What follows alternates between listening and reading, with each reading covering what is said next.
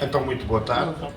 Antes de mais, vou agradecer à FNAC a oportunidade que nos dá de estar aqui para fazermos a apresentação do nosso livro. Também quero aproveitar para agradecer a vocês todos que perderam um bocado do vosso tempo para virem aqui estar connosco, no domingo à tarde.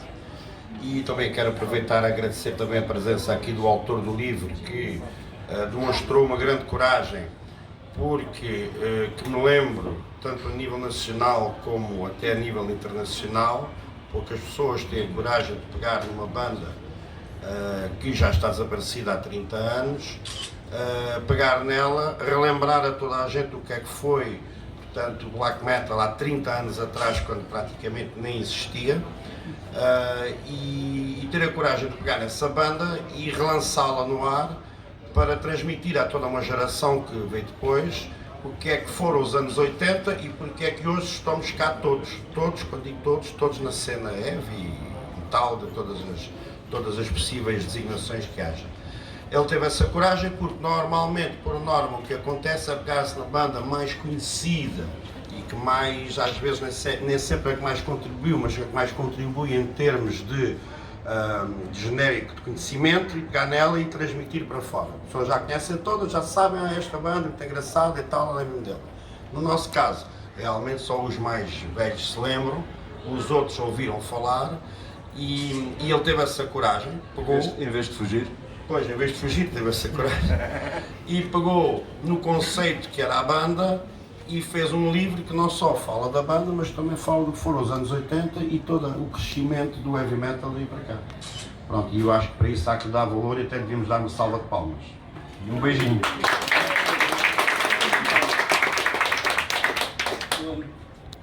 Obrigado pela vossa presença, obrigado também ao João por estas palavras, obrigado ao Filipe e ao Rui por, conjuntamente com o João e outros intervenientes, me terem dado toda a informação que necessitava, todo o apoio para a construção deste livro. Efetivamente, o Black Cross marcou-me, a mim e a muitos barreirenses. Eu sou do Barreiro, uma cidade muito associada ao heavy metal e ao rock and roll, e com efeito, eu digo com alguma certeza que é devido aos Black Cross que o Barreiro o é hoje em dia, uma cidade de rock and roll. Nunca esqueci, os Black Cross, eu era ligeiramente mais novo que eles, alguns deles andavam na minha escola, e nunca os esqueci, e eles foram efetivamente um dos meus primeiros contactos que eu tenho com o heavy metal.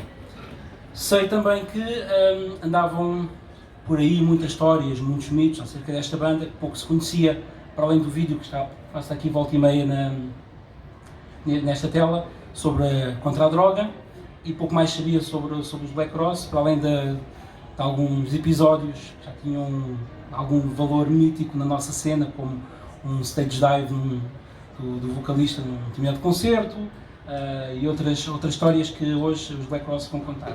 Eu decidi fazer este livro, eu e os editores, porque achávamos que valia a pena falar sobre esta banda que deu alguns passos, que sofreu as dores de parto que muitas das bandas nos anos 80 sofriam e que por aí acabavam. Os Black Cross também acabaram devido a essas dores, e portanto há um percurso muito comum dos Black Cross com essas bandas. Contudo, creio que o seu percurso foi único em muitos aspectos. A sua vontade, a sua força, eles em poucos anos conseguiram chegar à televisão, conseguiram almoçar com a primeira dama, pronto, é qualquer coisa de surreal, pensando que estamos nos anos 80. Com o conhecimento do primeiro damo. Com o conhecimento do primeiro damo, na altura, o Dr. Mário Soares. E é sobre essas aventuras, os Black Cross vão falar um pouco. Eu decidi fazer este livro, em conjunto com a reedição da Demo Tape, que também tem a sua gravação também tem uma história engraçada. Decidi fazer este livro como, da minha parte, uma homenagem aos responsáveis por uma das minhas grandes paixões que eu tenho até hoje, que é o heavy metal, e acho que aos 46 anos não me vai abandonar mais, pronto, não é só uma fase. E por outro lado, porque achava que os Black Cross, haverá outros certamente também, mas mereciam que a sua história fosse contada e que soubessem essa história. Com este livro trago os Black Cross, ou trouxemos os Black Cross de volta, e hoje também trazemos os Black Cross aqui à FNAC da Guia e com algumas histórias para contar. Pouco mais irei falar porque acho que interessa agora é eles contarem um pouco as histórias que estão no livro e as que não estão, porque há algumas que não estão.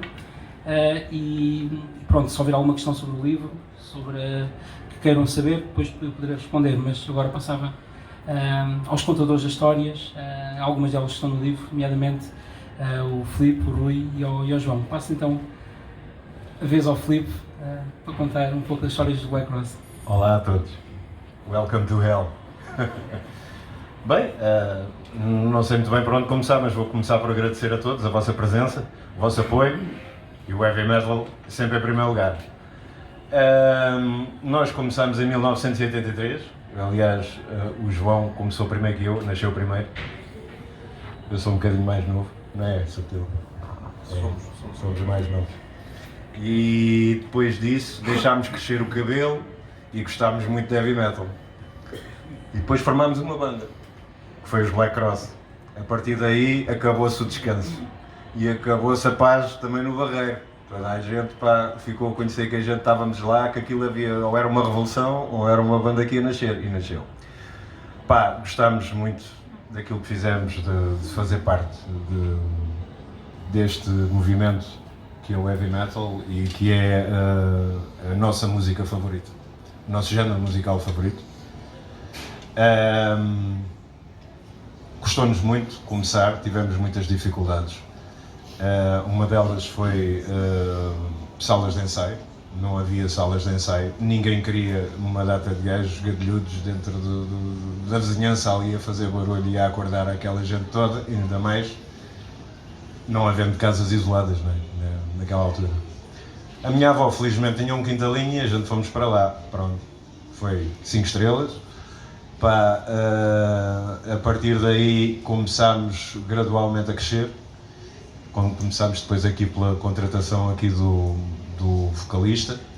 Diga-se de passagem que o barulho havia na mesma. Acontece é que como estamos em propriedade privada até às 10 da noite, até que chegasse lá a polícia à porta a ter uma vez que era mais a gente ouvir, não é? Uma vez estava lá só eu, não mais ninguém. Mas o barulho era tanto que a polícia ainda chegou a entrar lá dentro e dizer: vocês parem. Eu nem me atrevia a dizer que era só um. Não, os gajos levavam-me como terrorismo. Mas pronto, lá aquilo passou e pronto. E nunca mais lá foram. As vizinhas tinham que gramar com o barulho durante o dia, mas chegava às 10 horas, agarrava lá aqueles telefones pretos que havia, que não havia telemóvel, e logo a ligar para a polícia. E os polícias já sabiam, né? Lá vinham eles primeiro. Mas pronto. Depois eles foram-se habituando e lentamente acho que até as vizinhas já gostavam de Black Cross. Depois, como só dois, porque entretanto o nosso guitarrista deixou-nos, mas como éramos só dois, depois arranjámos aqui um terceiro elemento, que é aqui o Rui Subtil, que muito conhecedor de metal, de cavilhas e coisas do género, não é? E queda livre também, que ele já vai contar também como é que foi. Stage diving, fucking amazing.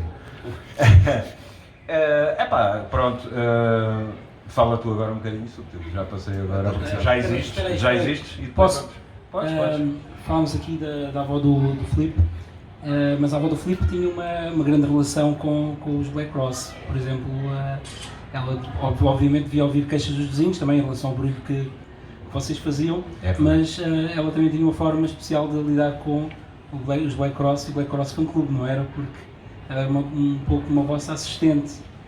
Sim, ela já sabia, ela era analfabeta. Ela já sabia atender o telefone e dizer: os Black Cross estão ocupados. E pronto, e ela, quando as vizinhas diziam: porquê é que você não corta o cabelo ao seu neto quando ele está a dormir? Eu disse: não, porque ele é bom rapaz. E você deixa entrar aquela gente, aqueles gadilhudos todos lá dentro do quintal, diga assim: ao menos eu sei o que é que eles estão a fazer. Até era uma pessoa já um bocadinho para a frente nestas coisas. Se calhar os nossos, se fossem pais, não seriam umas pessoas tão abertas, de espírito, digamos assim.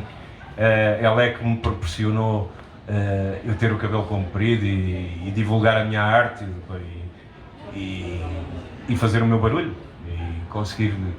Black Cross não existia se não fosse a vontade dela. Bem, não há dúvidas que os anos 80 também eram muito diferentes de hoje, não é? havia um espírito de bairro, portanto as pessoas não brincavam em casa, mas brincávamos na rua, portanto as pessoas conheciam-se era na rua, não havia videojogos, não havia telemóveis, não havia Playstations, nem sequer havia TV cabo, aquilo era 2 canais e sabe Deus qual o pior. E a televisão ainda era a preto e branco, acho que apareceu a cores, ou foi na altura que apareceu a cores, eu já nem sei, que eu vi tanto tempo preto e branco.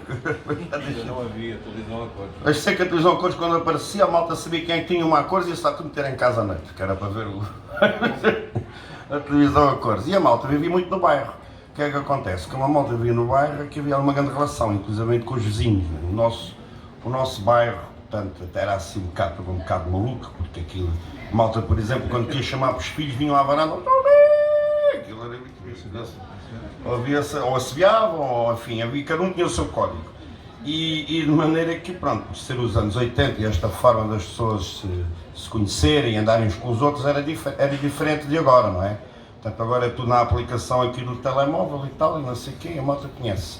Antigamente não, e depois havia os bairros, a gente era ali, o Alto Seixalinho, a malta que vinha ali do bairro do lado para passar no nosso, tinha que pedir licença, tinha que vir um à frente, que mais conhecido da gente, epá, e tal, a gente quer passar por aqui um grupo e tal, e a malta dizia, pá, então vá, passa lá mais rápido e tal, e não olhem para as miúdas e tal, que era sempre a discussão, era sempre por causa das miúdas.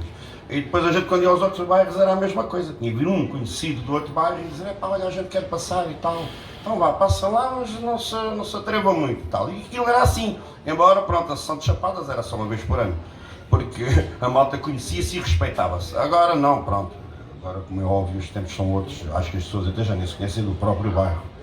Mas pronto, é para dizer que havia aquela relação entre as pessoas, não é? As pessoas conheciam-se, a gente até acabava muitas vezes por namorar as próprias pessoas dali e às vezes casar ali e fazer ali vida. Mas pronto, era o tempo do bairro e a gente, como um grupo de bairro, até acabámos no fim de ser respeitados, não é? Acabámos. O Rui depois veio também, era de um bairro próximo do nosso, onde havia já uma relação futebolística, embora a gente não jogasse nada, mas aqui de vez em quando jogar dá umas abadas neles, eles dão umas abadas na gente. E era assim, nos campos de futebol improvisados, que agora já é tudo casas altas, mas na altura ainda havia um bocadinho de campo, e a malta jogava ali e confraternizava. De maneira que os anos 80 foi isto, era o grupo, era isto, havia um espírito de grupo. Para vocês... Era um bocadinho 70, isso. Sim, era 70, mas pronto, depois passou para os 80. Para vos dar uma ideia, para vocês verem o que era um bocadinho o fundamentalismo na altura, que era o heavy metal, e porque estamos no Algarve, vou-vos contar uma história, que a certa vez eu e o Filipe, portanto isto ainda na existência dos Black Cross, no pleno mês de agosto, viemos visitar o Rui, que estava aqui na Armação de Pera. Na altura. Não, estava na altura, na praia da altura. Estava na altura, na praia, lá com as coisinhas dele e tal, e eu não sei se posso dizer tudo, mas pronto. Estava lá na praia, pronto, acompanhado. E a gente combinou, pá, a gente vai ter contigo, apanhado. Com companhia. Com companhia. E lá vou eu e o Filipe, em pleno mês de agosto, isto antes das alterações climatéricas, imagina 36, 37 graus, não é como agora que está frio. 37 graus, sai o Filipe e o João do carro, blusão de cabedal preto, calças de napa, aquilo não era cabedal, mas era de calças de napa, botas de salto alto, vai tudo pela praia dentro. Sem mota. Sem mota. As gandulas de cabelos compridos, de casaco de cabedal preto e de calças de napa e de botas altas, e na praia e ele shortzinhos com as miúdas, a olhar para a gente, o que é que se passa aqui? No início dos anos 80 era assim um bocadinho ET. Era assim o fundamentalismo do metal, quer dizer, a malta levava aquilo muito a sério e a gente era assim sempre muito a sério. E o que é que nos faltou de facto? E foi o que condenou um bocadinho a nossa existência. O crescimento das barbearias. Não.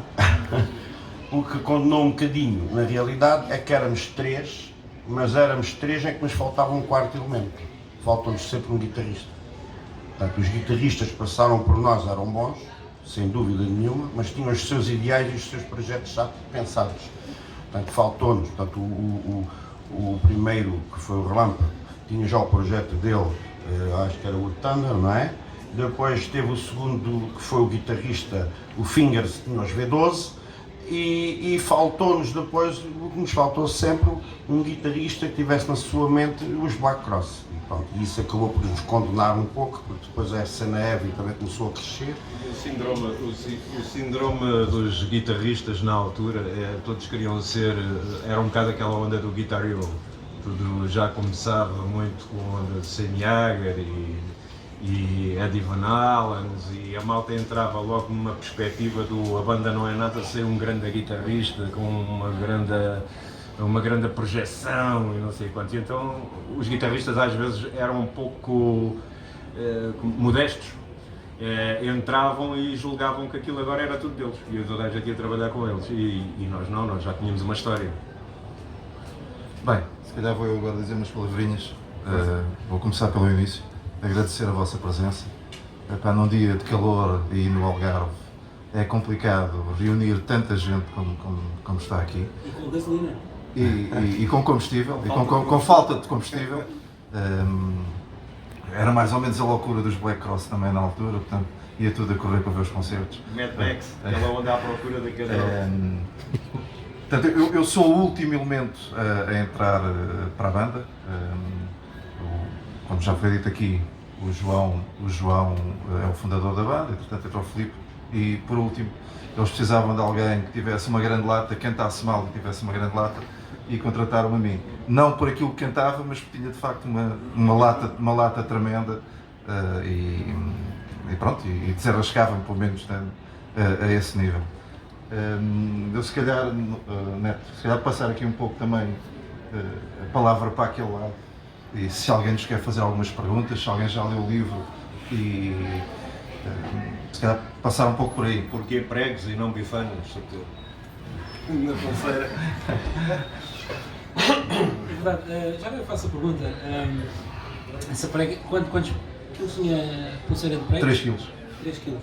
Portanto, foi com essa pulseira que tu pensaste que seria uma boa ideia tirar-te do palco para cima do público? Eu tinha essa pulseira. O que é que se passou? Foi um concerto dos Ferroviários e nós, quando chegámos para ver o palco tinha um cabo de aço, estava encostado nos cantos, estava um cabo de aço com um gancho. Eu achei aquilo interessantíssimo. Testei aquilo na altura, ou seja, eu pegava no cabo de aço e passava por cima do público. E aquilo era. E eu testei e eu digo assim, isto funciona na perfeição. Entretanto, montou o PA, não é? Montou o PA e escondeu o cabo. Eu quando chego, digo assim, há aqui alguma coisa que não está a correr bem. E vou atrás, ao pé da bateria do Filipe. Na altura eu gostava de beber uns vodkas e umas coisas assim. Dou 2 golos de vodka e digo assim, arranque direito. Pronto, eu voei com 3 kg de pregos no pulso. É lógico que a rapaziada abriu, não é? E pronto, eu estatelei-me no chão, foi isso. A verdade é que o concerto estava a correr bem. Portanto, se não estou em erro, os V12 Estava a correr bem e eu de repente olhei e digo assim, onde é que está o vocalista? Os V12 tinham aberto para nós, portanto para eles tinha sido a estreia, foi a estreia dos V12. E por incrível que pareça, para quem não sabe, os Ferroviários era uma coletividade que existia junto da saída, ainda é, não sei se ainda existe, mas uma coletividade que existia junto da saída do Barco dos Barreiros, e foi muito fácil à malta de Lisboa apanhar o barco e vir para o Barreiro, e sem se integrarem muito dentro do Barreiro, chegavam ali e tinham logo ali a coletividade.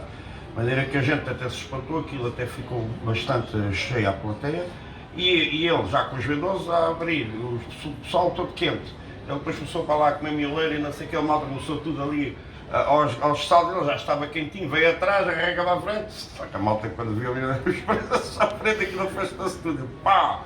Mas ele não se deixou ficar, ele levantou-se e voltou para o palco a correr, senão... Eu nem sei praticamente se eles ficaram a pensar se eles tinham magoado ou não, porque ele aguentou o concerto todo até ao fim com um joelho partido.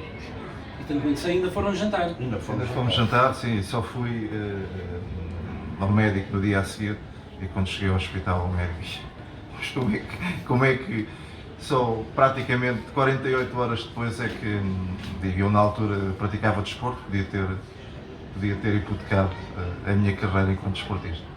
Não aconteceu, felizmente.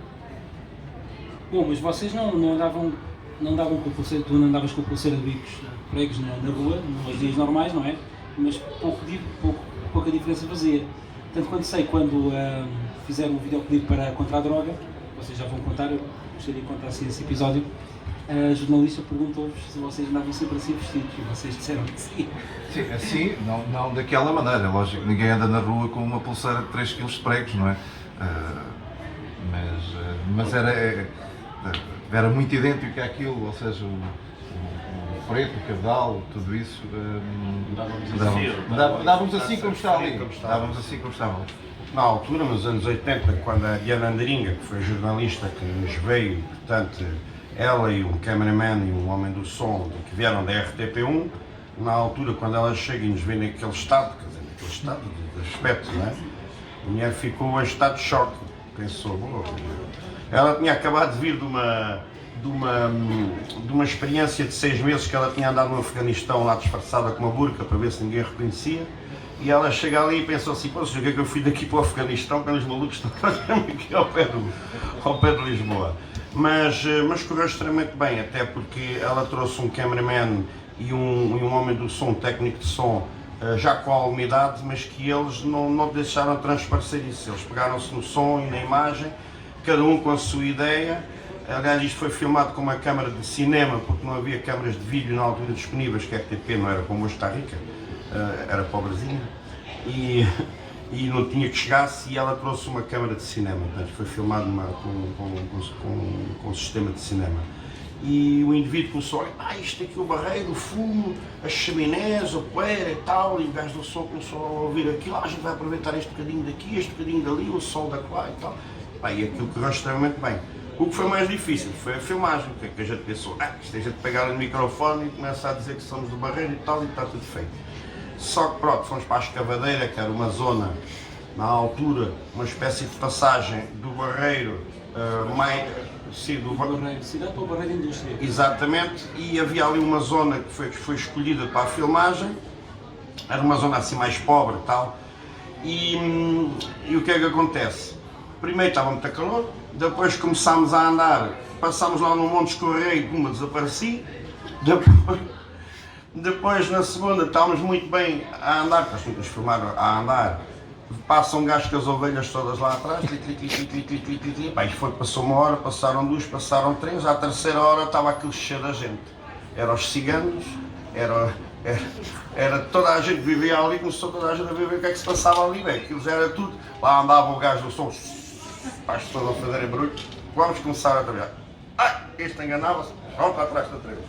Quer dizer, aquilo andávamos naquilo, e demorou umas boas horas até. Mas eles sempre com uma grande paciência. Para a gente era novidade, mas para o gajo da câmara e tal, eles diziam, não, a gente volta atrás e faz outra vez. E assim foi.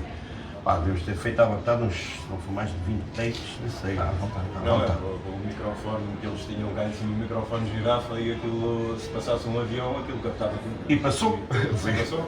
Uma das coisas que passou. Aliás, foi aí aprende-se que aquilo que nós vemos na televisão tem muito pouco a ver com aquilo que acontece na realidade. E dá muito trabalho. Por exemplo, tiveram-nos a filmar os pés no chão a bater só para fazer poeira, que depois transmitido para a televisão dá a impressão que estamos a andar. Na realidade nós não estamos a andar, estamos só a fazer pó. E tivemos ali 5 minutos para filmar a gente a bater com os pés no chão, assim, parecíamos o Michael Jackson, que estava ali, andava, e só para fazer o efeito. Portanto, todos estes pequenos efeitos que eles foram filmando aos poucos, para depois juntar tudo naquilo que saiu, que foi o vídeo do Não Há Dependência, mas foi uma experiência. Sim, uma questão, só para verem como os Black Cross conseguem ser pioneiros, o cenário que utilizaram para este clipe foi o mesmo cenário, se calhar passado 15 ou menos de 20 anos. Não é o mesmo. Não é o mesmo cenário, só com mais privilégios. Os YouTube vieram fazer as fotografias promocionais para o Alto Diamante da Atomic Bomb, ao Barreiro, com as mesmas chaminés de fundo. Não é o mesmo cenário, os Black Cross não estavam lá onde o YouTube conseguiu. Foi do outro lado da chaminé. Mas foram pioneiros também. A captação do fundo foi a mesma. Exato. É óbvio que tem a ver muito com o facto de que o Barreiro era o maior polo industrial na altura, não é? Mas também, vir cá os YouTube também foi uma coisa que teve a sua importância, porque escolher logo aqui Portugal, não é? Com tanto polo industrial cá para aí, mas pronto. Barreiro. E assim lá fomos nós, lá gravámos, quer dizer, é preciso também ver que na altura, portanto, havia um programa que era o Não Há Dependência, que passava na RTP e que estava limitado aos artistas que havia. Era a Helena d'Água, era os táxi, era a Amália Rodrigues, que ainda aproveitavam as coisas, era os chutes e pontapés e era o Hermano José e tal. Epá, e a gente olhou para aquilo e a gente... Os mini-stars também. Pois, mini-stars. Não nos deixaram sentar ao pé deles. E aquilo, a gente olhou para aquilo e a gente o que é que pensou? Epá, então mas estes gajos andam para aqui com esta gente, alguma destas pessoas se identificam com a malta com Sandra. A gente pegou numa carta e a gente lá foi escrevendo, pá, e tal, a gente somos uma banda aqui do Barreiro e tal, achamos que vocês não estão a captar o público certo e não sei o quê, mas vocês deviam estar numa banda de metal, que o público que vocês alvo que querem captar é precisamente esse e não sei o quê. Mandamos a carta para a RTP, para o apartado deles. Pá, e aquilo deve chegar lá ao apartado, alguém deve ter aberto a carta e começou a ler e tal, e lá chegou às mãos da Diana Andrinha, que era precisamente a pessoa responsável por aquele projeto. E ela lá encaixou aquilo. Encaixou, contactou o Filipe pelo telefone, lá o tal famoso telefone preto, e pronto, lá fomos. Lá fomos ter, ou melhor, ela que veio ter connosco, e lá fomos para esta aventura. E correu bem. Foi mais eu penso que isto acabou por ser um golpe de marketing, que nós também fizemos. No fundo, não fosse isto, nós nunca tínhamos sido conhecidos para além ali da margem sul de Lisboa. E isto lançou-nos um bocado a nível nacional e epá, depois disso as coisas correram sempre bem. Não fosse o facto, como eu já aqui mencionei, o facto de nunca termos tido um guitarrista, as nossas convicções. Eles bons eram, mas eram as nossas convicções que faltavam. João, e é preciso também que as pessoas percebam, enquadrarem-se no final dos anos 70, princípio dos anos 80, onde não existia praticamente nada. Não é? Os discos eram importados, portanto não tínhamos. Hoje em dia, qualquer miúdo vai à internet e, além de sacar, pode conhecer. Não é? Na altura não havia nada disso. Nós, para comprarmos um disco, era caro, ou tínhamos alguns amigos que viviam em França ou na Alemanha, ou coisa que o valha, e que nos traziam os discos, senão não havia. Não é? Não havia as oportunidades. Hoje em dia há um leque de oportunidades enorme que, se nós remetermos aos anos finais de 70, princípios de 80, não existia nada disso.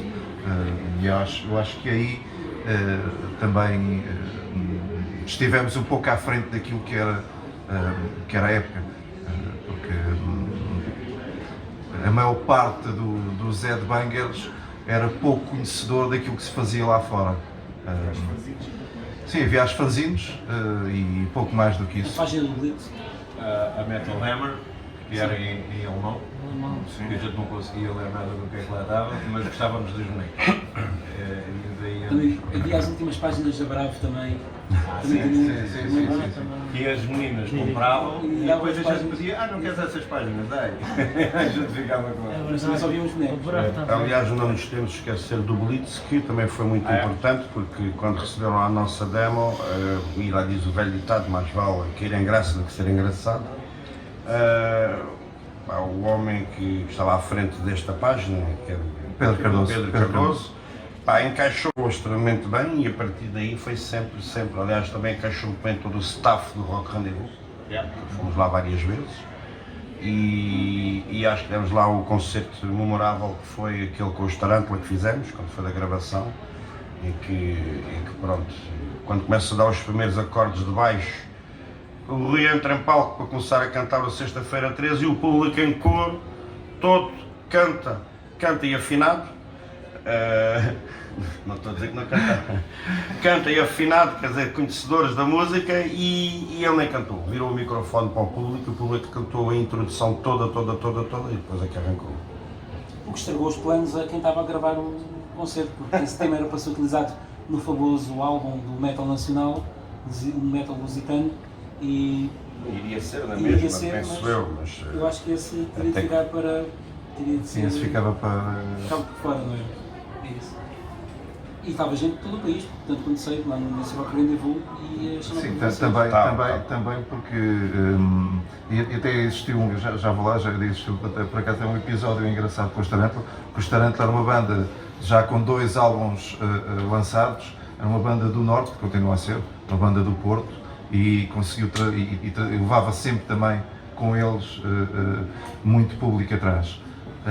Relativamente aos Tarântula, é uma banda que eu aprecio, uma banda portuguesa com um longo caminho feito, e que na altura chegaram ao pé de nós estávamos no camarim, e eles chegaram ao pé de nós e perguntaram: o que é que querem que faça a primeira parte? Somos nós ou são vocês?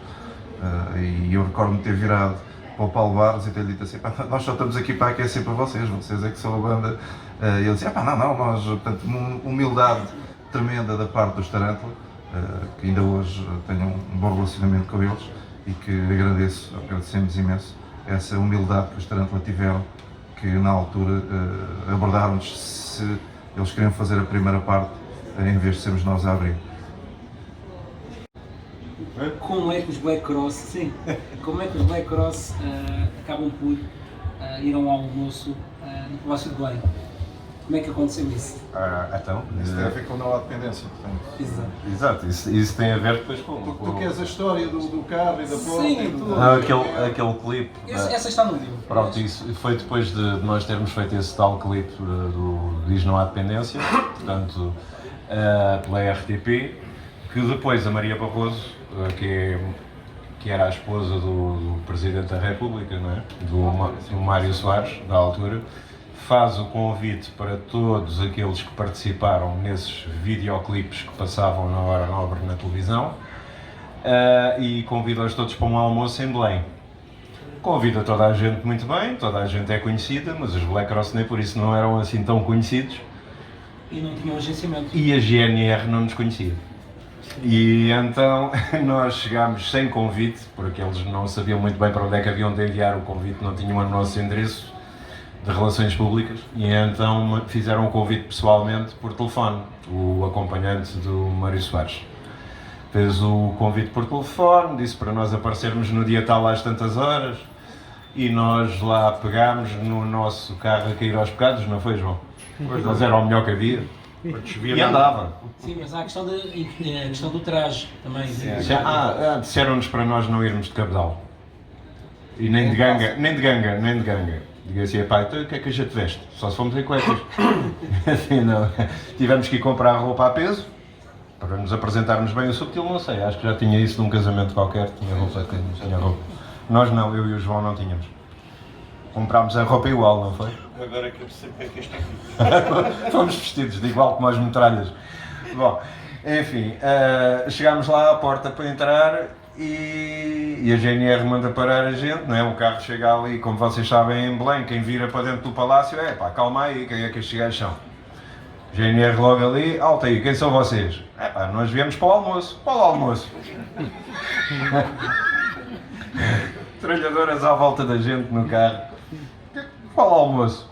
Eu disse: para um almoço, acho que blá blá blá blá blá blá, e o gajo visca as saquetas, não percebe nada do que vocês estão a dizer. Então telefone lá aí para o fulano tal, que é o acompanhante do Mário Soares. O gajo foi lá à barraquinha, telefonou e disse: Guarita. Entrem, eu não andei na tropa, ainda tinha cabelo a mais. E assim: então avancem lá, e entrem. Lá fomos os primeiros a chegar, não é? Como éramos muito verdes nisto, os outros só chegam uma hora depois da hora marcada. É chique. Acho que isso é chique. E então pronto, chegámos lá, nos sentámos na sala de espera e coisa. À espera. Chegou o Luís, como é que ele se chamava? Pinto Coelho? Um jornalista qualquer. Carlos Pinto Coelho. Carlos Pinto Coelho, não é? Chegou ele primeiro, depois chegou o Hermano José. E o Hermano José, quando chega, diz assim: vou-me sentar aqui ao pé do Leão do Marquês de Pombal, que era eu. Casa da Juva. Casa da Juva. Então, sentou-se ao meu lado e pronto, e começou a paródia. Começou a contar anedotas e pronto, e foi assim. Depois tivemos lá a nossa fase dos como é que se chama isso? Das tostazinhas com aquela coisa... Canapés. Dos canapés, aquelas coisas... Que a malta a comer aquilo e a gente a comer aquilo quase tudo e não deixávamos aquilo para os outros porque tínhamos fome. O empregado andava numa branca e queria sair do pé da gente. A gente cercou o gajo e ele lá ia enfiar cada vez na boca. E o gajo, cada vez que passava por nós, já não chegava aos outros. Tinha que ir buscar outra travessa. Pronto, então depois juntámos-nos todos assim em grupinhos, antes de sermos chamados lá para dentro para a sala do almoço. Em grupinhos, a contar anedotas, aquela cena do socializar e tal. contam uma anedota, o Hermano já contava uma anedota, o gajo tem jeito para aquilo, não é? Nasceu para aquilo, toda a gente se ria, não sei quantos. Depois vinha o acompanhante do Presidente da República começar uma anedota e perguntava assim: vocês conhecem aquela do assim, assim? E toda a gente dizia: não. Mas quando o gajo começava a contar, eu lembrava-me, conhecia. Então dizia: já sei, é aquela do tal. E o gajo: pronto. Lá voltava outra vez ao início para contar outra anedota: vocês conhecem esta assim, assim? Não, ninguém conhecia. Mas quando o gajo ia a continuar, eu fiz aquilo umas 2 ou 3 vezes, o Hermano José vem assim por trás de mim e diz assim: deixa o gajo contar uma. E eu aí é que caí na minha a dizer assim: eu não estou na escola, não estou com a minha malta, um gajo tem que dar espaço aos outros também para se rir um bocado. E então o gajo lá contava a anedota, toda a gente conhecia, mas ninguém riam aquele riso amarelo, mas deixava o homem contar. E foi assim, depois fomos lá para dentro. E o que é que eles serviram? Foi outro episódio lá dentro, foi quando serviram a comida. Pois, porque Toda a gente tirava uma fatia de carne e eu tirei 2. E depois olhas para uma mesa, tipo, ouves como é que é uma mesa tipo Excalibur, grande como o caraças, até perder de vista, e tu vês cada pratinho só com uma fatia, e eu com 2. Aquilo dá uma grande bandeira também. Mas depois portei-me bem. Depois adaptei-me, comi devagar. Ou melhor, a primeira fatia comi depressa, que é para parecer que estava igual aos outros. E de referir também que pronto, nós na altura éramos jovens, embora jovens de outrora, e nenhum de nós tinha estado num sítio como a Presidência da República, e muito menos a almoçar com ilustres figuras como era a doutora Maria Barroso. Tínhamos muita ferramenta na mesa, não é? Eu recordo, um dos problemas que nós tínhamos era, acima de tudo, não fazer má figura, não é? Que era importante. O único que tinha algum conhecimento daquilo que eram os pratos, os talheres, era o João. Era aquele que tinha assim mais conhecimento. Também não éramos das cavernas, ainda. Mas éramos quase. Estávamos habituados a comer com as mãos. Cortar o bife com uma colher, mas pronto. Mas pronto, existe o protocolo, não é? O protocolo dos talheres, de fora para dentro, aquelas coisas todas que hoje em dia se sabe. Não, na altura não havia a Paula Bobone para nos explicar como é que as coisas funcionavam, e acima de tudo não queríamos dar barraca, e eu que estava de frente para o João, apercebi-me bem, é de fora agora, ok, fui tirando os talheres porque... ainda levaram uma formação adiante. Sim, levámos uma formaçãozinha, ele também não sabia muito, mas sabia mais do que nós. Não, mas foi engraçado. Por acaso eu fiquei ao lado do vocalista dos táxis e da Helena D'Água, e até foram simpáticos, mantivemos ali umas conversas, portanto nada, estava ali tudo calminho, e teve tudo, pronto, num ambiente familiar e de convívio, ninguém se estava a se olhar, que são vocês. Menos o Hermano José que andava por baixo. Esse andava lá a contar as anedotas almofárias e não sei o quê, a malta já andava lá tudo a ver meio joado. Mas pronto. Mas foi porreiro, foi uma experiência engraçada. Acontece é que depois nós, cada vez que íamos ao Rock Rendezvous, vinham os SDS paranoides. Então, vocês têm uma caneta? Tenho. Só não foi de Maria Raposo, Maria Barroso, não? Temos que mamar com isso. Mas pronto, de resto acho que foi um episódio giro, e não sei se até hoje houve mais algum que acontecesse aí no panorama nacional. Acho que não houve mais almoços destes, se calhar foi o último, não sei, acabaram com A mim ainda me chegaram a convidar para um bailado, mas eu depois não fui. Sim, o convite vem no livro. Para um bailado, mas eu não sei. Se fosse hoje, se calhar ia. Não era para dançares. Se fosse hoje, se calhar ia ver o bailado, depois talvez fosse interessante. levavas um traje como aquele gajo lá dos plasmáticos, um traje do balézinho e tal. Plasmáticos, Ele tem um traje desses. E pronto, foi uma experiência engraçada. Pronto. Isto foi como a experiência do Head com o Ronnie James Dio, em que a gente escreve uma carta muito humildemente daqui para os Estados Unidos e passado uns tempos vem uma resposta. Mas isso tem uma história muito gira. E a gente a escrever aquilo em inglês e ninguém se lembrava como é que se dizia a palavra gravar em inglês, que era recording. Então mandámos gravation. Eu acho que o gajo, acho que ele percebeu. Ele respondeu. Gravation é muito bom. Faltavam-nos aqui os telemóveis. As vossas principais influências, para além do verão, eu consigo. Que isso? Consigo perceber que vocês estão a dar influência, pelo menos é o Eu se calhar sim, vou responder. O que é engraçado em Black Cross é que todos nós tínhamos influências completamente diferentes. O Filipe tinha muito a influência Kiss, o João tinha vindo de França, Trust e aquelas bandas da altura do underground francês. Eu era daquele que gostava mais pesado, Destruction, Venom e por aí. Também como mais novo tinha uma influência. Portanto, eu sou quase 20 anos mais novo do que eles, portanto... Não é 25. É 25, é 25. É que eu quando deixei de ver os livros do Homem-Aranha e do Super-Homem passei para os Kiss, que era outro tipo de super-herói, mas tocavam rock and roll, e era uma onda irreverente. E isso faz com que os Black Cross tenham várias influências. Mas havia uma banda que era transversal a todos, que era Black Sabbath, isso era transversal, e Judas Priest também, e Maiden também na altura, que era transversal a todos. Se queres acrescentar alguma coisa? Maiden veio depois. Sim, Maiden, mas havia... As primeiras que já existiam, Saxon, Judas Priest, Motorhead, todas essas ondas, estás a ver, que foram aparecendo, heavy metal, muito heavy metal britânico já, o chamado heavy metal, nos Estados Unidos já era mais o chamado rock and roll, não é?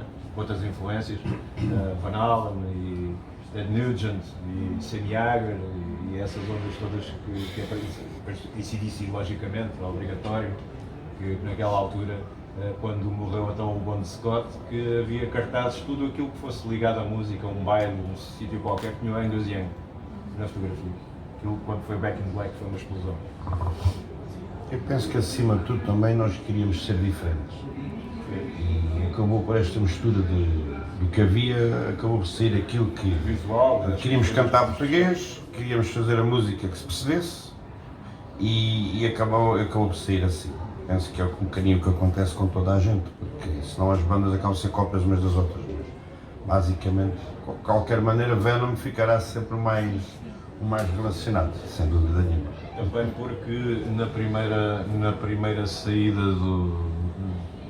crítica, digamos assim, no jornal Blitz, Sim, número 100, de certa forma, antes de nós nos definirmos como qualquer subgénero do heavy metal, éramos uma banda de heavy metal. Quando a gente quis fazer uma banda, era uma banda de heavy metal. A gente não se levantou de manhã dizendo vamos fazer uma banda de black metal. Ainda não era bem, ainda não estavam definidos os géneros, não sei quantos. E depois a primeira crítica do Blitz direcionou-nos quase para esse género, identificou-nos quase como esse género pelas nossas letras, pela nossa atitude, pelos nossos espetáculos, que tínhamos as mioleiras cruas, em sangue, o sangue que íamos buscar ao talho verdadeiro, para pôr aquilo com o vinagre, saíamos sempre com um cheiro nauseabundo. Tu eras um mau cheiroso. Aliás, o Rui no próprio vídeo identifica a banda como uma banda de black metal. Embora na altura ainda o nome não andasse assim muito no ar, o black metal, era como disse o Filipe Ribeiro, o heavy metal, e no contexto geral. Mas eu penso que realmente o que pode melhor identificar é que queríamos ser diferentes. Ainda agora o Filipe falou e foi o sangue com a mioleira, que foi a ideia aqui do Rui, a cruz invertida que ele usava com o Cristo, com o suporte de microfone, as pulseiras que a gente ia gastar uma fortuna a comprar pregos e aqueles... As roupas eram todas feitas por nós. Tudo feito por nós, portanto não havia nada. Queríamos ser diferentes, a gente queria subir para o palco e ser diferentes. Não queríamos ser como muitos que vão lá fazer música e que querem tocar bem e a malta quer ser perfeita e perfeccionismo. A gente queria ir para lá para cima fazer qualquer coisa. E foi o que fizemos. Queríamos nos divertir acima de tudo, não estávamos muito preocupados se éramos perfeitos a tocar, mas acima de tudo queríamos nos divertir. E acho que aquilo que fez de nós também a grande diferença foi precisamente essa. Nunca nos vendemos a nenhuma editora, nunca nos vendemos a alguém que chegasse ao pé, não, vocês têm que fazer um rock menos agressivo, têm que cantar em inglês, não, nós defendemos sempre a nossa dama, que era cantar em português e fazer aquilo que gostávamos, acima de tudo. E as rádios piratas tivemos muita sorte na altura. Sim. Tinha muita divulgação não havendo internet, as rádios piratas, na altura, eram... E os fanzines também, eram os muito fanzines. importantes, era muito importante. Quase todas as terras havia um fulano que era fã de metal e que tinha uma radiozinha, ou que fazia parte de uma radiozinha, e havia muita divulgação das demotapes. Era esse o circuito, no metal havia poucas fanzines nos anos 80. Mesmo internacional. Sim, nós conhecíamos o metal nacional em Portugal, era esporadicamente na coluna metal nacional da página do Blitz Metálico do Pedro Cardoso, mas depois tínhamos as zines que haviam, algumas delas que estão até, todo o material do Black Cross está no livro, que falavam sobre bandas portuguesas. Essas zines nem sequer era o que havia de comunicação de metal em Portugal, nem sequer havia acesso às bandas estrangeiras, tudo o que essas fanzines faziam limitavam-se a traduzir recortes de Metal Hammers e coisas do género sobre as bandas estrangeiras, e depois tinham as bandas portuguesas. E os círculos eram muito pequenos e limitados. As rádios eram uma força muito grande, para além da força do lança-chamas, da comercial, tínhamos muitas rádios piratas, rádios locais, o Mensageiro do Massacre de Almada, o Canto do Carrasco, também ali perto, havia do Zico, que era o 200ZN, que era a Boca do Inferno, vocês também tiveram os vossos programas de rádio, uns programas de rádio com maior duração nos anos 80, de metal, a Salva do Asfalto, do João Ramos, depois que vocês também chegaram a trabalhar todos. Também fizeste um programa de rádio na Rádio Azul, também, julgo eu. E esse era o meio de divulgação do metal em Portugal na altura. Tanto que a rádio foi com a Salva do Asfalto, há um capítulo do livro que fala sobre isso. Foi também uma forma que eu conheci algumas das bandas que mais gosto até hoje, como os Destruction e Venom. Também foi daí, vocês passavam um bocado dessas bandas. Acerca da Destruction e de Venom, como a Sofia há pouco colocou, nota-se, se calhar a primeira demo, pelas condições como foi gravada, está no livro, se vocês quiserem, se houver tempo para explicar como aconteceu, mas com os temas que surgiram depois com a demo, eu acho que não vimos ali muito black metal para além da atitude e do visual, mas os temas que existem mal gravados, de qualidade muito sofrível no YouTube, como Welcome to Hell, o Querido em Deus, ou mesmo o Lord Satanás, são temas em que já existe essa tal aproximação a Venom. Aliás, eu acho que eles tecnicamente estão mais coesos na altura. Há tempos eu falava com um grande músico do metal nacional português e disse: estes tipos eram muito melhor ao vivo, mesmo em termos de aquilo que está na demo. Eu acho que isso até os prejudicou só terem lançado essa demo. Numa segunda demo, tínhamos mostrado uns Black Cross que tocavam melhor do que aquela demo. Mas íamos precisar de mais um quarto para gravar isso. Sim. É que só gravámos isto em 3 quartos. É isso. Já agora, não sei se há tempo, podem explicar como é que gravaram a demo? Aqui ao Filipe, o Subtil é que sabe, porque eu juro que eu não sabia que estava a tocar com eles. Eu estava sozinho, com uns headphones na cabeça, numa sala sozinho a tocar bateria de cor, sem ouvir o que é que eles estavam a fazer. O João e o guitarrista estavam noutra sala e o Subtil era o único que estava ciente ao meio o que é que a gente estava a fazer, não era? Eu ouvi e aquilo foi gravado tudo assim numa demo tape, uma coisa quase da caverna mesmo. E era o melhor que se podia fazer, porque ires para um estúdio e depois estares lá um dia inteiro, pagar do bom e do melhor, e o gajo do estúdio chega só ao fim do dia e diz assim: epá, não consegui tirar a destrução da guitarra, quando tu estás a usar um pedal de destrução, não é? E então a gente decidiu que era melhor, por muito mal que parecesse, gravar em casa, com mais condições, com uma mesa de 3 pistas, do que propriamente ir para um estúdio gastar dinheiro e sair de lá desiludido, não é? E acima de tudo também voltar novamente a enquadrar-nos naquilo que era os anos 80 da altura, que não havia o que existe hoje. Hoje em dia, com um teclado programável consegue-se fazer aquilo que se quer, voz, guitarra, bateria, portanto é fácil hoje em dia gravar seja o que for. E ter bom material. Na altura não existia nada disso, e como o Filipe, a nossa sala de ensaio, que era na casa do Filipe, eram 3 quartos, e estava o João, os dois Joões, portanto, na guitarra, estava eu a meio, que não podia puxar mais o microfone, porque aquilo, para terem uma ideia, aquilo foi gravado num daqueles decks antigos, com uma cassete daquelas transparentes que eram para os computadores. Como é que era o nome disso? Spectrum. Portanto, qualidade da fita péssima, não é?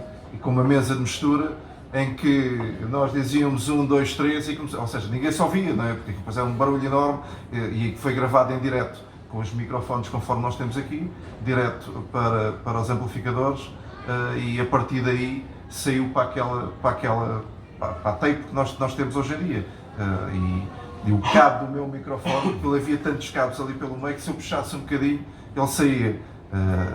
Portanto, foi completamente rústico. O que ele quer dizer é que ele cantou de joelhos.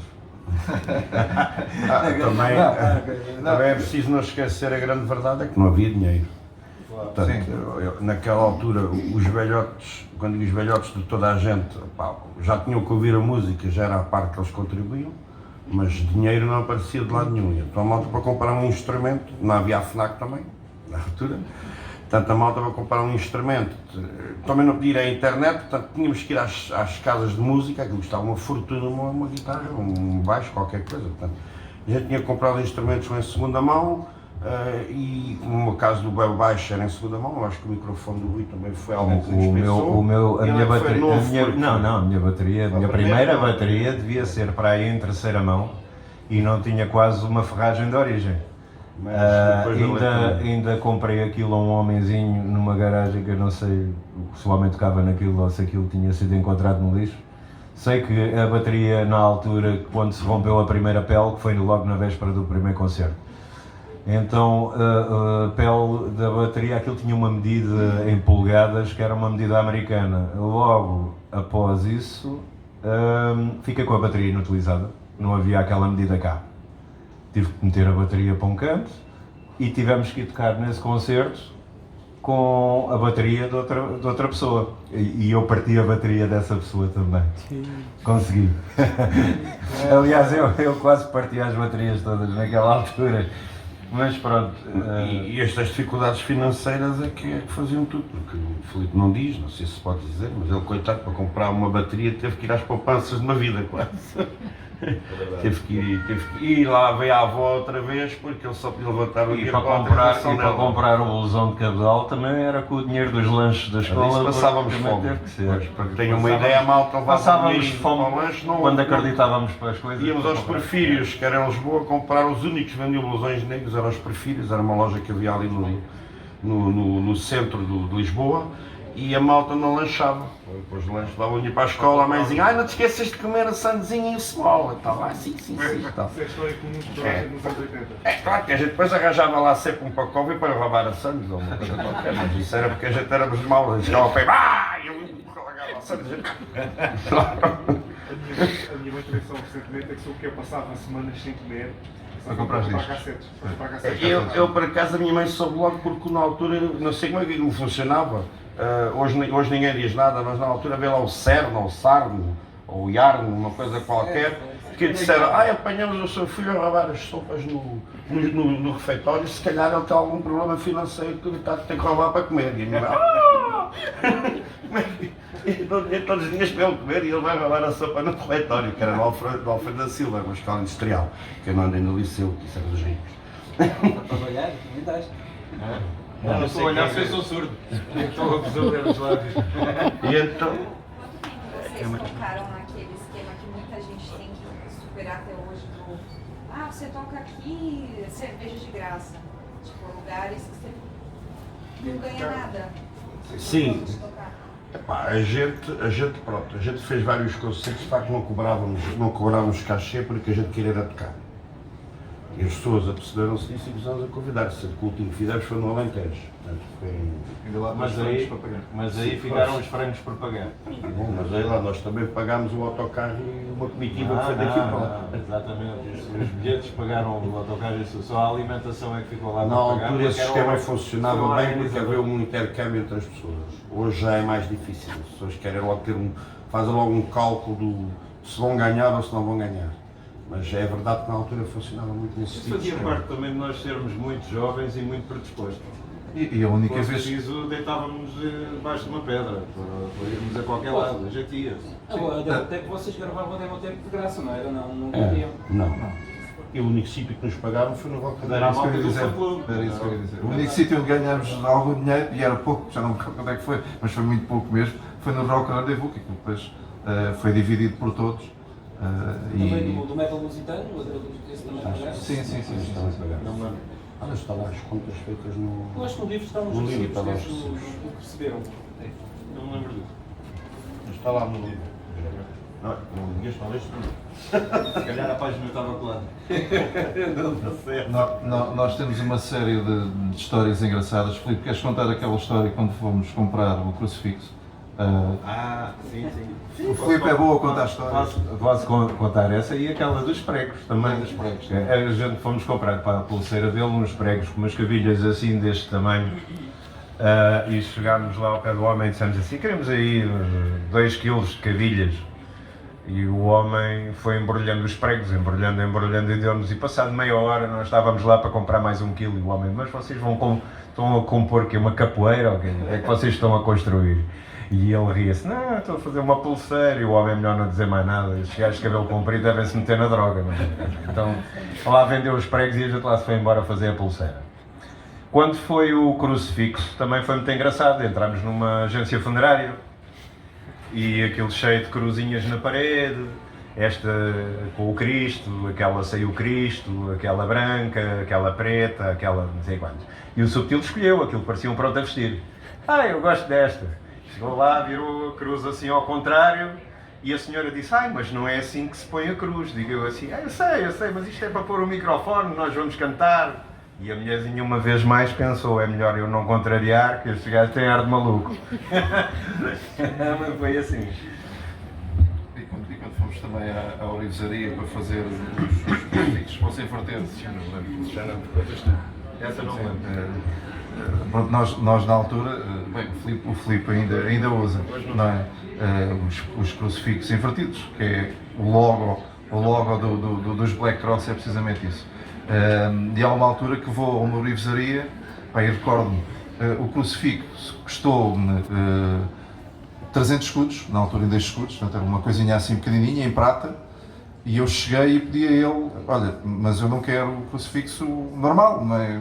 Tens que inverter, ou seja, a argola tinha que passar portanto, para o outro lado, para a parte maior do crucifixo, e ele ficou a olhar assim para mim, e o gajo deve, bem, vou dar aqui um valor a este gajo que o gajo vai recusar. Portanto, o crucifixo custou 300 escudos e ele de fazer aquele trabalho levou 200. Portanto, eu pensava que eu ia dizer, não, isso é muito dinheiro. De facto disso, que era muito dinheiro, mas ok, então faz. Não é? E o gajo ficou assim um bocado perplexo porque pensava que não íamos fazer, não é? Mas acabamos por fazer. O meu crucifixo não, já era mesmo tirado de um caixão. Porque é daqueles crucifixos mesmo pretos por dentro, tipo de madeira, e por trás, e à volta tinham aquela coisa em metal mesmo à volta, então era mesmo daqueles das tampas dos caixões, o meu era mesmo desses. E foi uma trabalheira dos diabos para furar aquilo, para não pagar os 200 paus que tu pagaste. Não é para desenterrar o caixão. É assim, eu vou reforçar, porque temos que nos reportar aos anos 80, onde nós tínhamos que fazer tudo. Era duro, portanto, nós hoje em dia... É preciso não esquecer que nos anos 80 não havia como hoje estas leis todas aí do PAN e dessa gente toda, porque senão a gente já tinha sido crucificados ali. É que a malta, não havia PAN, não havia PAN. É que a malta ia ao cemitério, fazia-se conhecimento com o coveiro, quando eles enterravam aqueles mortos, que aquilo fazia aqueles coisinhos mais pequenininhos. Para os gafetões, aquilo, eles já estavam aquilo fora. Olha, se foi uma cruz e tal, está bem, eu digo, olha, venha tal dia que eu vou desenterrar em 3 ou 4. A gente cá de cadáveres percebemos nós. E a malta lá estava passado naquele dia 3 ou 4, ia desenterrar, que não se aproveitou nada, que as pessoas chegam aqui e querem levar as cruzes para casa. E a gente até que lá conseguiu arranjar uns 3 ou 4 também. Mas para isto nos anos 80, isso já era impossível, já era uma blasfémia qualquer. A gente ainda quisemos uns crânios, mas não conseguimos. Tivemos que meter uma menina, minha amiga, a fazer crânios em casa em barro. A gente tinha um amigo que eu trabalhava, não, que estudava na Universidade de Medicina. Só que ele não conseguia sair com aquelas coisas lá, eles faziam aqueles estudos nos seres humanos e tal. A única coisa que ele podia trazer era algum órgão nos bolsos, mas a gente dos órgãos não queria, era ossos e coisas assim, isso ele não conseguia trazer. Falando em órgãos também, vou falar aqui um pouco da mioleira e do sangue. Eu tinha um amigo que vivia ao pé de mim que era talhante, e então eu pedia-lhe sempre o sangue e a mioleira de vaca. Eu já passava a vida a telefonar para ele, você tem mãos de vaca? Não, Tenho. não era de porco. É de porco, ninguém que ver se eu consigo agarrar para o fone. Não era de porco. Ele nesse chegou lá e disse, eu conheço a sua voz. E então ele fornecia-me sempre sangue, não é? Sangue de galinha, sangue de galinha e mioleira. Para vocês terem uma noção, se calhar e no Alentejo é muito característico essa mioleira com ovos e com isso tudo, mas mioleira crua tem uma textura muito idêntica ao molotov, e o sabor é um sabor também muito idêntico. Portanto, se quiserem provar, quando não houver estejam à vontade. molotov, peçam mioleira para a sobremesa. É quase a mesma coisa. Pronto, pode falar. Não, queria só saber se há mais questões, mais perguntas. Acho que era interessante aí desse lado.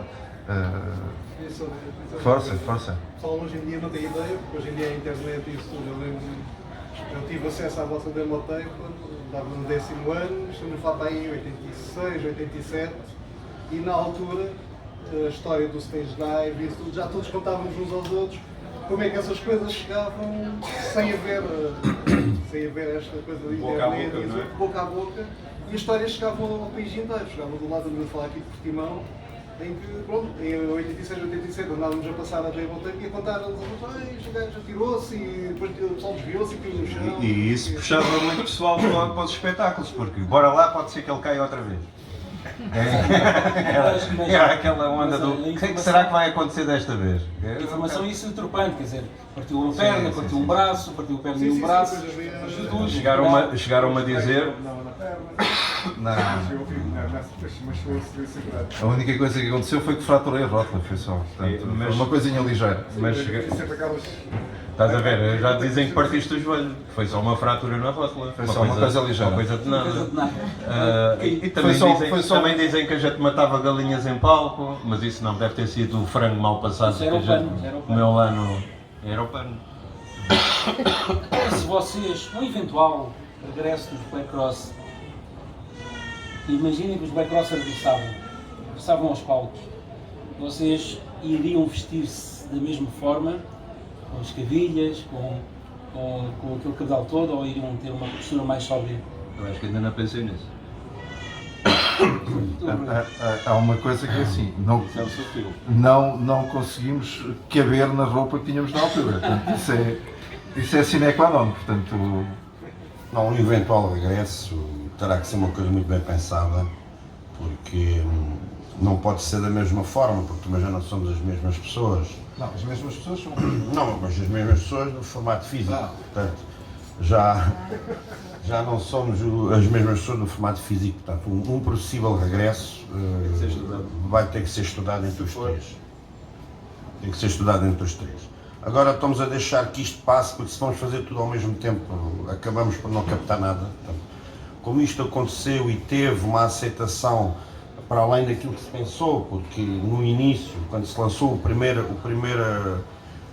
livro, portanto, que foram acompanhados das cassetes, o que nós pensámos é que aquilo não passaria dali. Depois disso já saíram mais 2 edições. A primeira edição tinha uma cassete, esgotou em pré-ordem. Sim, foi menos de um dia. Esgotou a primeira edição. Não estávamos à espera e depois os editores, o Sobral, o Sobral e o Fernando Rebelo, da Universal Tog e da Sinais Produções, avançámos para a questão do CD e também correu bastante bem. E esta é a terceira edição já, e o receio também está a sair bastante bem. É bom sinal. Mais questões? Alguém tem mais alguma questão? Vocês falam que é possível regresso, não sei, mas sentem, por exemplo, que a cena do metal e do underground hoje em dia está com muito menos importância. Não, acho que até está mais. Sim, acho que está mais. Os Sim. festivais de heavy metal, por todo lado, o que não são transmitidos, conforme metem aí na televisão esses festivais que até oferecem bilhetes, até fazem entradas gratuitas, e nos outros, nos de metal, eles existem porque as pessoas que lá vão pagam e justifica-se que se repita no ano seguinte. O que não tem é tanta publicidade. Aliás, que continua o metal bastante vivo e felizmente Sim, aliás, continua cada vez mais. aliás, durante este fim de semana, em Vagos, portanto, um festival fortíssimo. Também de lembrar que nós, na altura, havia a sala de espetáculos em Portugal, que era o Rock Rendezvous, onde passavam algumas bandas, as bandas mais underground, e depois o Dramático de Cascais, onde eram feitos os concertos. E tínhamos, sei lá, por ano 3 concertos. Não havia muito mais do que isso. Hoje em dia, ou seja, tens uma série de concertos durante o ano, tens festivais, tens tudo que não existia portanto, naquela altura. Portanto, a cena do metal está muito mais forte agora do que estava. Talvez não seja muito identificativo visualmente aquela imagem agressiva ou não típica do headbanger ou do metalhead, cabelos compridos e aquela coisa toda, porque quando apareceu aquilo naquela altura éramos todos miúdos. Hoje em dia, muitos de nós já são pais e têm esta imagem. Eu não, eu ainda não sou pai. Por isso eu continuo nesta postura. E é isso, é uma forma de estar. E está sempre a aparecer malta nova, mas temos que ver que a era já não é aquilo que foi, porque aquilo passou pela fase moda. Há uma fase, temos que admitir que foi uma fase moda, uma fase que se divulgava muito. Havia muitas rádios piratas, havia pouca força por parte das editoras nacionais e não conseguiam dar a volta nem passar a imagem daquilo que eles queriam. Tanto que nessa altura foram obrigados mesmo não gostando, passando na televisão aquilo que estava a acontecer cá fora na sociedade, que era a grande movimentação de hard and heavy. As pessoas não iam às editoras comprar, importavam, havia uma grande quantidade de importação. As pessoas compravam discos que não passavam pelos trâmites normais, dando dinheiro às empresas portuguesas. E isso estava a deixar, digamos que, esta promoção da música nacional um bocado fora daquilo que era pretendido. Tu hoje ligas a televisão, a parte da manhã, só vês aquelas músicas pimbas e aquela coisa toda, tudo a fazer playback, tanto do pior. A gente chegámos a dar um concerto com Delfins, com Afonsinhos do Condado, com aquele que cantou Tinto e Jerupiga, que eu não me lembro, Dani Silva, em playback, e nós fomos os únicos que pegámos live. Porque queríamos mostrar mesmo aquilo que gostamos e que também não tínhamos uma demo em condições para fazer de conta que estávamos a tocar. Nessa altura até o baterista dos Delfins pediu-me emprestado às baquetes para fazer um faz de conta, não é? Um playback do concerto, e olhou para as minhas baquetes, estavam todas ruídas, eram deste tamanho, todas partidas, ruídas, e tocava com elas ao contrário. E o gajo vira-se para mim e diz assim: tu tocas com isto? E eu assim: eu toco, porque para fazeres de conta também serve para ti, com certeza. Eu toco com isso, e quando não lhe acerto com os paus, bato com as mãos, diz: vai lá, é preciso sair do som. Mas eu acho que continua. Um pequeno à parte, como é que chamas? Arthur. No tempo dos Black Cross, em 86, 87, não haveria mais de 30 bandas, já estou a ser generoso, de heavy metal em Portugal. Atualmente temos cerca de 800 e tal bandas no ativo em Portugal. O que acontece é que nos anos 80, a nível internacional, mais no mundo anglo-saxónico, o heavy metal era a música da rebelião dos jovens. E queiramos, quer não, ela acabava por aparecer nas séries, falava-se de Twisted Sister, falava-se de Motley Crue, do Wasp e tudo mais.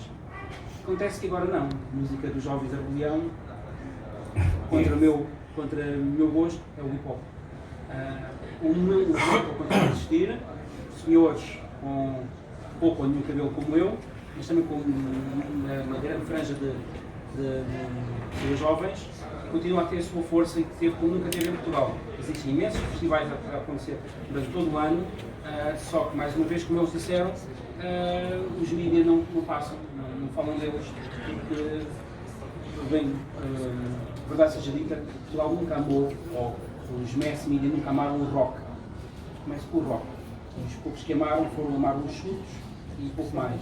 O metal, o rock e os seus derivados sempre foram muito mal interpretados ou apreciados pelos meios generalistas. É preciso dizer também, Os espanhóis tiveram os Ángeles del Infierno já nos anos 70, não é? Os Trust também nos anos 70, os são franceses, os Ángeles del Infierno, como sabem, são espanhóis, e nós aqui em Portugal tivemos o quê? O Rui Veloso, que era aquele que trazia a merda na Algibeira. Nem houve Não houve heavy metal cá em Portugal. E Até mais tarde. a Espanha tinha muitas bandas de metal, muitas mesmo. Tinha e tem. acontece uma coisa, Artur, que é preciso não esquecer. É que nós, para fazer um concerto, tirando o Rock Rendezvous, tínhamos que alugar a sala, tínhamos que alugar um PA.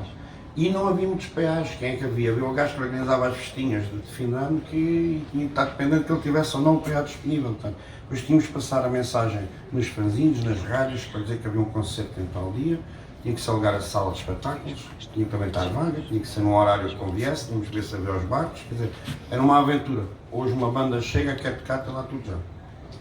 Em relação à Espanha, basta irmos à FNAC, em Espanha, e vemos que o metal espanhol, que é muito, desde o hard rock ou heavy metal, thrash metal, tudo ele, não está na secção tal, está na secção de música nacional. Exatamente. Está lá tudo. Para mim é chato que tenho que andar à procura do que é metal e o que é que não é.